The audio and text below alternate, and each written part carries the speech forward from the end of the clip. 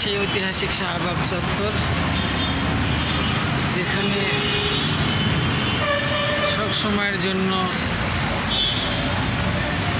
একটি গোলাযোগ এবং রাজনৈতিক সব ধরনের বিষয়াদিগুলো ফুটে ওঠে এই শাহবাগ চত্বরে,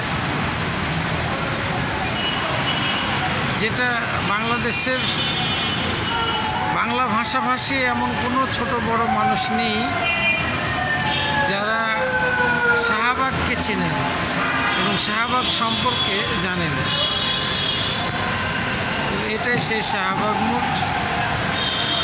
সোজা রাস্তাটা চলে গেল টিএসসি ঢাকা বিশ্ববিদ্যালয়, এই পাশের রাস্তাটা চলে গেল মৎস্য ভবন হয়ে রমনা গেট এরিয়ার দিকে, ওটা চলে গেল কাঁটাবন মিউজিয়ামের সামনে দিয়ে কাঁটাবন সেন্টার, এ পাশে চলে গেল কারণ বাজার বাংলা মোটর, এই রাস্তাটা পূর্ণাঙ্গ একটা এরিয়া তুলে ধরলাম।